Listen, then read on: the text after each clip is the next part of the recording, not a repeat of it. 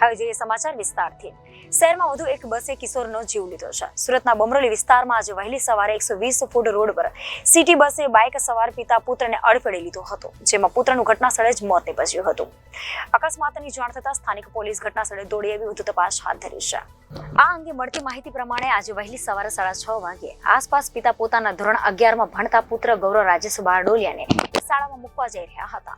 તે દરમિયાન એક બ્લુ સિટી બસે બાઇક સવાર પિતા પુત્રને અડફેટે લીધો હતો, જેમાં પિતાની સામે જ કિશોરનું મોત નીપજ્યું હતું। આ અકસ્માત અંગે સંબંધીના જણાવ્યા પ્રમાણે છોકરાને શાળાએ મૂકવા જઈ રહ્યા હતા।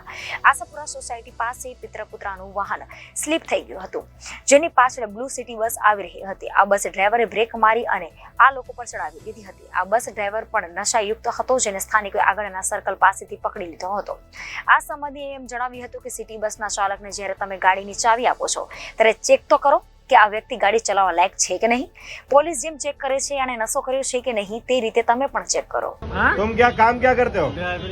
लाइसेंस है तेरे पास? क्या है तुम्हारा? लाइसेंस का टाइम अभी है क्या? हाल ही में घर पे अभी नहीं है ना तुम्हारे पास लाइसेंस है? अभी घर पे वो कॉन्ट्रैक्ट का किसका कॉन्ट्रैक्ट चल रहा है तुम्हारा? मारुति का इसमें देख के बोलो, इसमें बोलो कि मैंने आदमी को ठोक के आया, वैसा बोलो। ऐसा बोल मैं गाड़ी ठोक के आदमी को उड़ा के आया हूँ। उधर रुक गई, कहाँ पे? लड़के को मार दिया इसने। हाँ ऐसा बोलो उसको, उसका वीडियो लो और उसको न्यूज़ में बोलो इसको। Reporter Hitesh Prajapati, Janadesh news, Surat.